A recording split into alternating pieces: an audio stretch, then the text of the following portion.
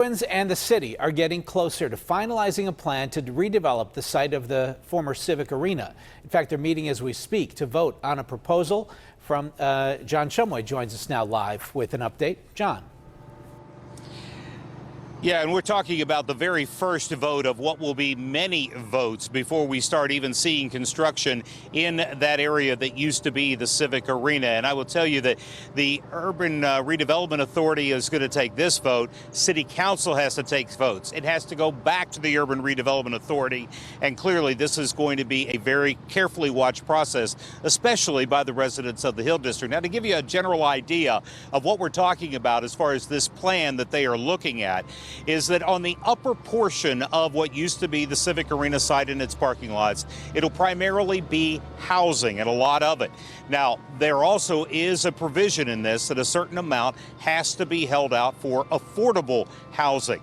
Now, the question is how much, and that is a point of dispute that is being discussed. From the middle of the project down to the Golden Triangle, we're talking about pretty much what you would expect: a retail development, office development, restaurants and that type of thing, plus an 850 space parking garage that would be topped by a music venue.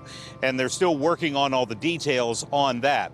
Now, the board director of the URA, Diamante Walker, said that he is most concerned about making sure that this process makes up for the wrongs that were done to the people in the Hill District when the Civic Arena was built.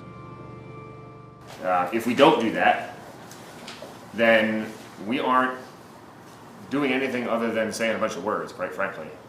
And we need more than words.